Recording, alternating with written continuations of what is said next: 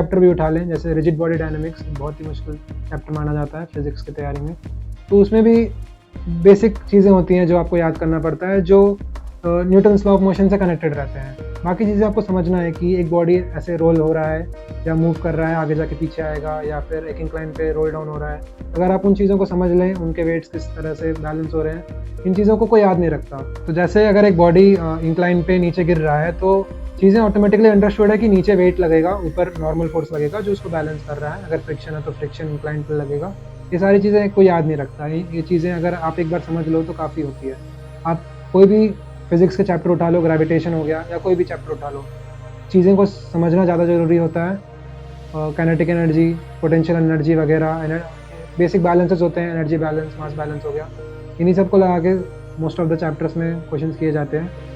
बाकी मैथ्स की बात है तो फार्मूलाज ज़्यादा होते हैं। फिज़िक्स में इतने फार्मूलाज नहीं होते जितने मैथ्स में होते हैं। फिज़िक्स ज़्यादा समझने के बेसिस पे होता है। मैथ्स में आपको चीज़ें समझनी भी हैं, फार्मूलाज भी याद रखने रहते हैं, और फिर फार्मूलाज में आपको बहुत सारे क्वेश्चंस प्रैक्टिस भी करने होते हैं। तो मैथ्स भी उतनी मुश्किल सब्जेक्ट नहीं है, बस फार्मूला ज़्यादा होते हैं। आपको फार्मूलाज अगर याद नहीं हो रहे हैं तो आप फार्मूला को साइड में रख लीजिए अपनी किताब पे। उस फार्मूला को देख के आप 20-25 क्वेश्चन बनाइए और धीरे-धीरे आपको फार्मूला याद हो जाएगा। यही मेथड मैं भी यूज़ करता था। तो क्वेश्चंस प्रैक्टिस करना तो इम्पोर्टेंट है, फार्मूलाज भी प्रैक्टिस करिए, फार्मूला भी अगर बार-बार आप लिखेंगे तो आपको याद हो जाएगा। बाकी केमिस्ट्री की बात हुई तो केमिस्ट्री में पहले बता चुका हूँ, 3 पार्ट्स होते हैं, फिज़िकल, इनऑर्गेनिक और ऑर्गेनिक। तो फिज़िकल तो मैंने किया था क्योंकि फ़िज़िकल मेरे को काफ़ी मतलब सिमिलर लगा था टू मैथ्स एंड फिज़िक्स। तो उसमें भी एक फार्मूला होता है। फिज़िकल के भी कुछ चैप्टर्स होते हैं जिसमें रट्टा मारना पड़ता है, और फार्मूलाज होते हैं उसमें आपको वैल्यूज़ पुट करने रहते हैं। बाकी इनऑर्गेनिक और ऑर्गेनिक तो मुझे मुश्किल लगे थे काफ़ी, और मतलब मैंने काफ़ी कम ध्यान भी दिया था पर्टिकुलरली इनऑर्गेनिक पे। ऑर्गेनिक तो मैंने प्रैक्टिस भी किया था। ऑर्गेनिक में रिएक्शंस होते हैं, ऑर्गेनिक रिएक्शंस बड़े-बड़े होते हैं। पर अगर आपको एक बार चीज़ें समझ में आने लगी तो शायद आसान होगा करना, और मतलब रिएक्शंस काफ़ी ज़्यादा होते हैं ऑर्गेनिक केमिस्ट्री में। बाकी इनऑर्गेनिक में तो चीज़ें रट्टा ही मारना रहता है, सब कुछ रट्टा ही मारना है। तो अगर आपको रट्टा मारना पसंद है तो आप इनऑर्गेनिक करिए, वरना बहुत सारे स्टूडेंट्स तो इनऑर्गेनिक को ऐसे लीव भी कर देते हैं, उतना फ़र्क नहीं पड़ता।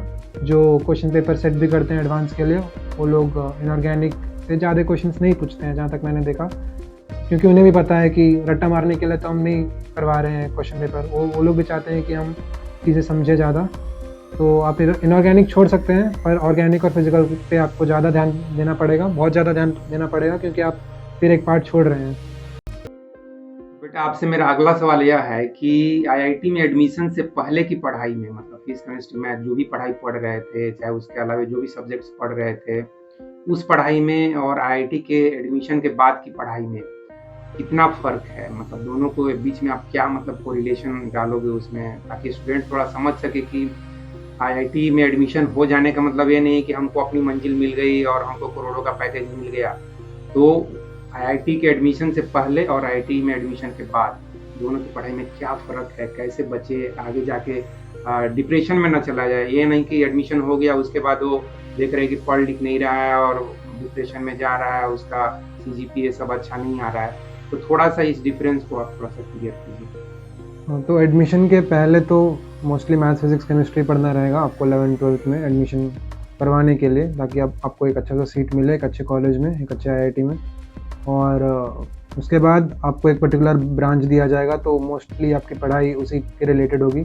फर्स्ट ईयर में मतलब सब कवर करते हैं, पर सेकेंड ईयर से सब कुछ, जैसे मेरा केमिकल इंजीनियरिंग है तो सेकेंड ईयर से मोस्टली मेरे सारे सब्जेक्ट्स केमिकल रिलेटेड ही थे।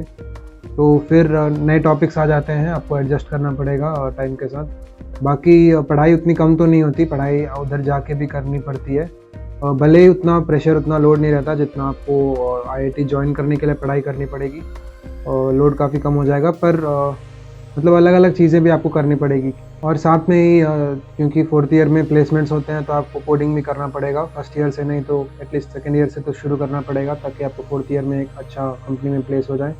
अगर कोडिंग भी नहीं तो फिर और भी फील्ड्स होते हैं जिससे प्लेस होते हैं, पर उसके लिए आपको मतलब अदर दैन जो कोर सब्जेक्ट हो गया उसके अलावा कुछ स्किल्स तो डेवलप करने ही पड़ेंगे। बेटा, मेरा आपसे अगला सवाल यह है कि आईआईटी में एडमिशन के बाद, क्योंकि कोरोना के टाइम पे एडमिशन हुआ था तो 1 साल तो कोरोना में ही चला गया। तो उसके बाद जो आपने 2 साल आईआईटी रुड़की में बिताए, तो वहाँ किस तरह से पढ़ाई-लिखाई किए, किस तरह से मौज-मस्ती और किस तरह से सुनने में आता है कि आईआईटी के जो बच्चे होते हैं काफ़ी बिंदास किस्म के हो जाते हैं, सिगरेट, शराब ये सब पीने लगते हैं और रैगिंग भी होती है, रैगिंग भी बहुत खतरनाक होती है। कहीं-कहीं तो उसके वजह से काफ़ी हिंसा भी हो जाती है। तो आईआईटी कॉलेज में पढ़ाई-लिखाई, मौज-मस्ती, रैगिंग ये सब मतलब जो कुछ भी आप ऑन कैमरा शेयर करना चाहते हो, क्योंकि कुछ चीज़ें हो सकता है आप ऑन कैमरा ना भी शेयर करो। तो जो भी आपने 2 साल में वहाँ एक्सपीरियंस किए, उस चीज़ को थोड़ा-सा बच्चों के साथ शेयर कीजिए। जी, तो मेरा एडमिशन तो पहली बात कोरोना के टाइम पे हुआ था, तो उस टाइम पे मैं कॉलेज नहीं जा पाया था। तो फर्स्ट ईयर तो यहीं पे घर पे रहना पड़ा था। और मेरे सीनियर्स बोलते हैं कि फर्स्ट ईयर ही मतलब एक बच्चा सबसे ज़्यादा कॉलेज में फर्स्ट ईयर में एंजॉय कर पाता है, तो मैंने शायद वो मिस कर दिया। पर जब हम सेकंड ईयर में गए थे तो मतलब हमारे लिए तो फर्स्ट ईयर के टाइप ही था, तो हमने उस टाइप के मज़े तो ले लिए थे। जैसे फर्स्ट ईयर में बच्चे क्या करते हैं, कैंपस घूमते हैं, आसपास की जगह घूमते हैं, तो वो सब हमने सेकंड ईयर में कर लिया था। तो उतनी वो तो मिस नहीं हुआ। बाकी रैगिंग की बात तो हाँ, रैगिंग तो होती है। मतलब शुरू-शुरू में जब पहली बार सीनियर से आप मिलते हो, तो सीनियर्स ऑब्वियसली अपने आप को सुपीरियर मान के आपसे उस तरीके से बात करेंगे। और मतलब उनके हिसाब से माना जाता है कि अगर रैगिंग रैगिंग के साथ बॉन्डिंग बढ़ती है। मैंने भी एक्सपीरियंस किया है। मतलब सीनियर्स के पास और क्या तरीका है, आप वो आपको बुला के आपको पढ़ा तो नहीं सकते हैं, और आपसे सिर्फ पढ़ाई की बात करेंगे तो भी आप ज़्यादा उनसे इंटरेक्ट नहीं कर पाओगे। तो यही मौज मस्ती से ही शुरू होती है। और मतलब रैगिंग बस एक बार होता है, उसके बाद फिर अगर सीनियर्स आपके दोस्त बन गए तो काफ़ी आपको गाइड भी कर सकते हैं कि आपको क्या पढ़ना है, क्या करना है। मटेरियल्स दे देते हैं पढ़ने के लिए, प्रीवियस पेपर्स हो गए वगैरह। तो इस तरीके से मतलब मैं ये नहीं बोलूँगा कि पॉजिटिव रैगिंग, में मिले। हाँ, रैगिंग मतलब अगर आपको सही नहीं लग रहा है तो आप बता सकते हो सीनियर को। वो उतना भी मतलब फ़ोर्स नहीं करते हैं किसी को, जहाँ जहाँ तक मैंने देखा है। मैंने रैगिंग एक्सपीरियंस नहीं किया, क्योंकि जब मैं वहाँ पे गया था मेरा लगभग सेकंड ईयर एंड हो गया था। तो मैं भी मतलब एज़ ए सीनियर बन गया था, क्योंकि फर्स्ट ईयर आ गए थे उस टाइम से और अगले बैच भी आ गया था। तो फिर थर्ड ईयर वाले जो सीनियर्स थे उतना कुछ रैगिंग नहीं किए, इंटरेक्शन डायरेक्ट हो गया था। तो हाँ, और बाकी एक्सपीरियंस तो अच्छा ही रहा है आईआईटी में। मतलब कैंपस अच्छा है, काफ़ी सुंदर है आईआईटी रुड़की का। खाना-पीना। खाना-पीना उतना भी अच्छा नहीं होता है जितना आपको घर का खाना मिल जाएगा। बाकी ग्राउंड्स और फैसिलिटीज़ वगैरह तो काफ़ी सही है। बेटा मेरा आपसे अगला सवाल जो है कुछ पढ़ाई से भी रिलेटेड है, कुछ सोशल इश्यूज से भी रिलेटेड है। तो जैसा कि मैं वीडियो में भी कई बार बात किया हूँ कि मैं अपने बच्चे को इवन फर्स्ट स्टैंडर्ड से ही ओलंपियाड और एनएसटीएस ये सब ये जो एग्ज़ाम होते हैं, कॉम्पिटिटिव एग्ज़ाम जो ऑल इंडिया लेवल पर होते हैं, उस तरह के एग्ज़ाम अपने बच्चे को मैं बचपन से ही दिलवाते आया हूँ। इवन फर्स्ट स्टैंडर्ड से। बेटा को भी ये सब चीज़ें याद होगा। और बेटा थोड़ा जैसे-जैसे बड़ा हुआ उसको लगा कि यार मैं बहुत ही ज़्यादा शायद बचपन से पढ़ाई कर रहा हूँ। और बेटा 1-2 बार बोला भी मुझे कि यार मुझे बचपन में तो पता नहीं चलता था, तुम लोग जितना पढ़ाते थे मैं पढ़ लेता था, मज़ाक-मज़ाक में हम लोग चैलेंज भी कर देते थे, इतने क्वेश्चन बना दो तो टॉफ़ी ले आएँगे, ये लाएँगे, वो लाएँगे और हम लोग ला भी देते थे। तो मैं जितने भी खासकर गरीब और लोअर मिडिल क्लास इस तरह के घर के जो बच्चे हैं, पेरेंट्स हैं, उन सबको मोटिवेट करने के लिए या जो भी समझिए रियलिटी मैं बता रहा हूँ कि मैं बेटे से भी बोला कि देखो दोस्त, बचपन में गरीब घर के जो बच्चे हैं उनको तो एक्स्ट्रा मेहनत करना पड़ेगा, क्योंकि अमीर घर के बच्चे के सामने ऐसी कोई मजबूरी नहीं होती है। उनको अगर नहीं भी पढ़ाई करते हैं तो क्या फ़र्क पड़ता है? उनके माँ-बाप के पास इतने ज़्यादा पैसे हैं कि उनको कोई फ़र्क नहीं पड़ता। जैसे कि मुझे फ़र्क पड़ा, मैं इस चीज़ को 18 साल के एज में ही फेस किया कि यार पैसे कमाना पड़ेगा और कोई दूसरा उपाय मुझे नहीं दिखा। क्योंकि परिवार भी बोल रहा है कि आपको पैसे कमाना पड़ेगा, नहीं तो और कोई आपके सामने उपाय नहीं, शादी-विवाह कर लो। तो वो सब सिचुएशन को चूँकि मैं फेस किया था, तो वो सिचुएशन मैं अपने बेटे को नहीं चाहता था कि फेस करे। इसलिए मैं बचपन से ही इसको अलर्ट किया कि बचपन से अगर आप कॉम्पिटिशन इस तरह से फेस करते हो, तो आगे चलकर आपको कोई ज़्यादा दिक्कत महसूस नहीं होगी। क्योंकि मुझे दिक्कत महसूस हुआ। जब मैं आईआईटी में फेल हुआ, तो मैं काफ़ी डिप्रेशन में चला गया था। मुझे समझ में नहीं आ रहा था करूँ तो करूँ क्या? क्योंकि मुझे साइंस के फील्ड में ही जाना चाहता था मैं, और जो कि मैं जा नहीं पाया।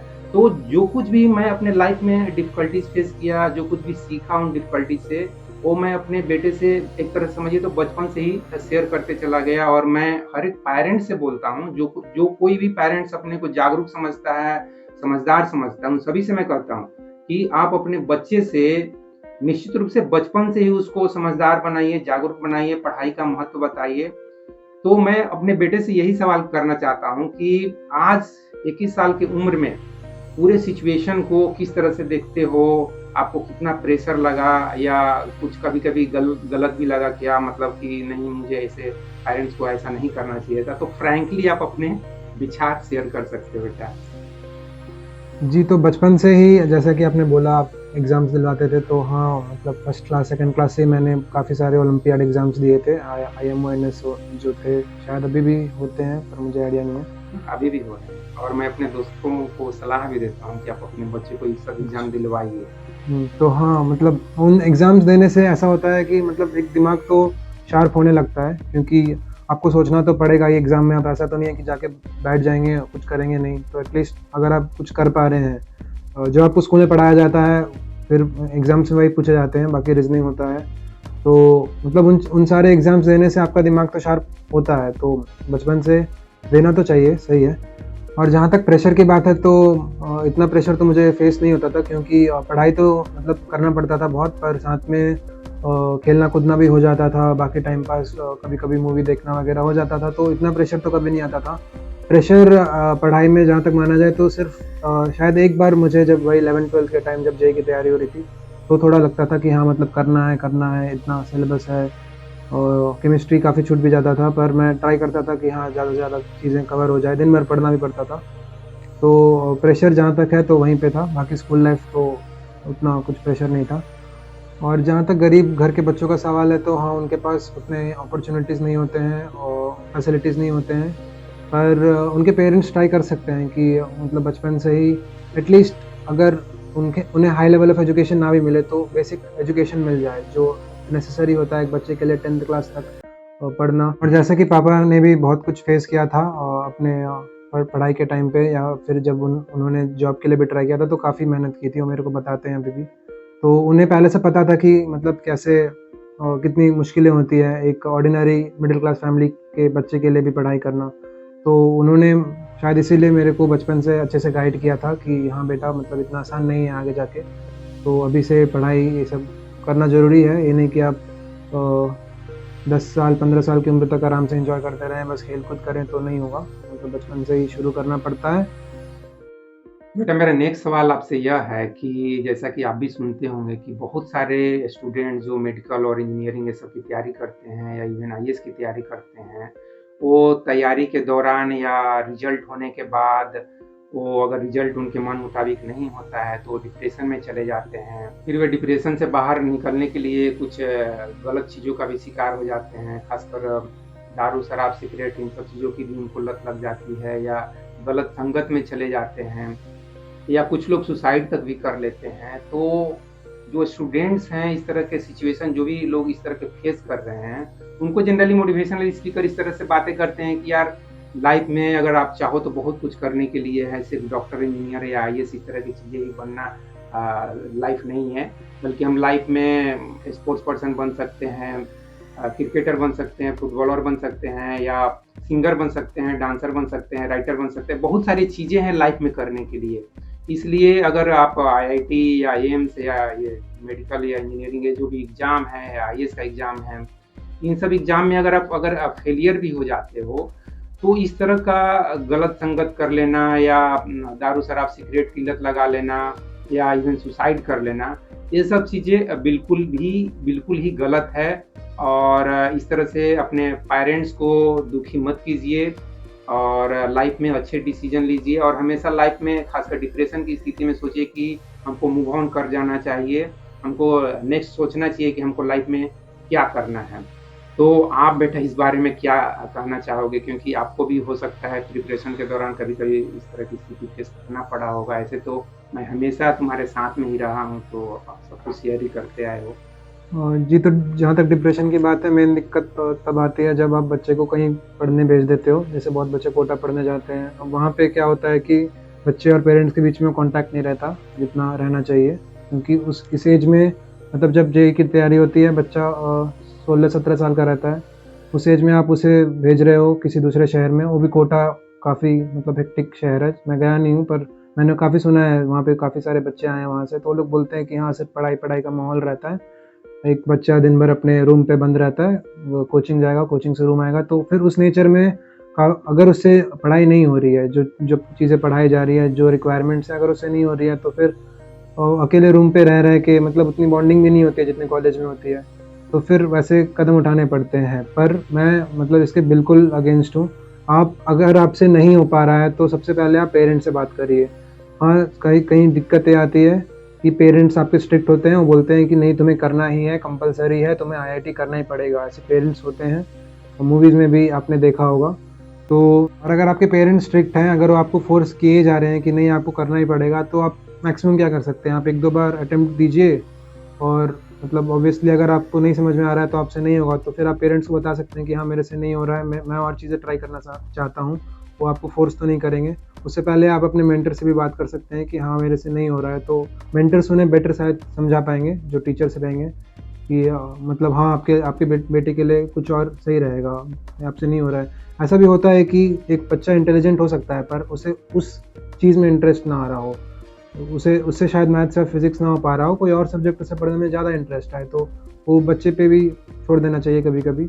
बाकी अगर आपको पढ़ाई में इंटरेस्ट नहीं आ रही है, तो अगर आप किसी और चीज़ में मल्टी टैलेंटेड हो, अगर आप अच्छे पेंट कर सकते हो या फिर आप स्पोर्ट्स की तो मैं उतनी नहीं बोलूँगा क्योंकि काफ़ी ज़्यादा कॉम्पिटिशन है, क्रिकेट, फुटबॉल जो भी है। कंपटीशन हर एक जगह है बेटा, लेकिन हमको अपने सामने देख सकते हैं कि लाइक सचिन है, धोनी है, तो वो हार्दिक पांड्या है। 1 इन ए फिर 1 इन ए मिलियन होता है, तो हाँ, तो हमको लाइफ एंड करने से बेहतर है कि हम हाँ, कुछ मूव ऑन करके कुछ बेटर करने के बारे में सोचें। अगर आप हाँ, वही मतलब अगर आप पढ़ाई में बिल्कुल इंटरेस्ट नहीं आ रहा है तो आपके पास ऐसा पक्का होगा कि आपके पास एक टैलेंट होगा, एक्सेप्शनल टैलेंट होगा जो आप जिससे आप बाकियों से आगे बढ़ सकते हो। तो आप उस टैलेंट को यूज़ कर सकते हो, फ़ोटोग्राफ़ी जो भी है, जो भी आपको पसंद है वो करिए। बाकी पढ़ना तो ज़रूरी है, ऐसा नहीं कि आप पढ़ाई को कंप्लीटली इग्नोर कर रहे हो। आप अगर आप पढ़ नहीं पा रहे हो, एटलीस्ट ट्राई तो करिए आप। अगर फिर भी नहीं हो पा रहा है तो आगे का सोच सकते हैं। पर जो भी है पेरेंट्स से अच्छे से शेयर कीजिए। सही बात है बेटा। मेरा कहने का मतलब यही है कि यार सुसाइड, मैंने किताब में एक लाइन लिखा है, उस लाइन को मैं अगेन कोट करना चाहूँगा कि kill the problem but never kill yourself. Kill करने का कोशिश करना है।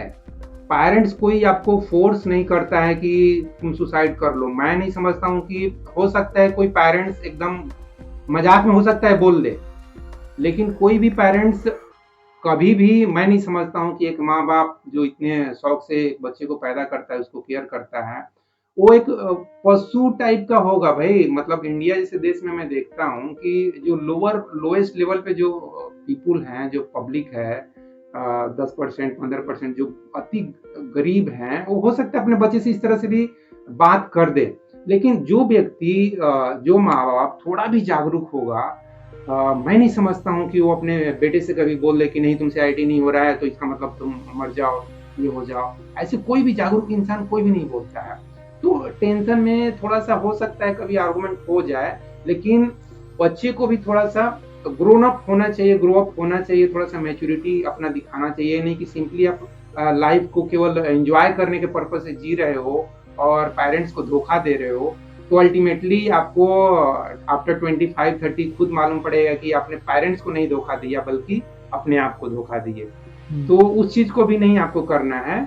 लाइफ में सोचना है कि मेरे को ग्रोन अप करना है, कुछ ना कुछ करना है, I have to do something. ये ज़रूर आपके माइंड में होना चाहिए। पढ़ाई नहीं तो स्पोर्ट्स, स्पोर्ट्स नहीं तो सिंगिंग, सिंगिंग नहीं तो बिज़नेस, बिज़नेस तो स्टार्टअप, कुछ ना कुछ। खासकर आप अगर यार गरीब और लोअर मिडिल क्लास के हो, तो आपके सामने तो ये सिचुएशन आएगा कि आपको कुछ ना कुछ पैसे कमाने के लिए, अपने लाइवलीहुड के लिए, भोजन कपड़ा मकान के लिए कुछ ना कुछ करना ही पड़ेगा। तो मूव ऑन कीजिए, मैं तो यही कहूँगा मेरा बेटा।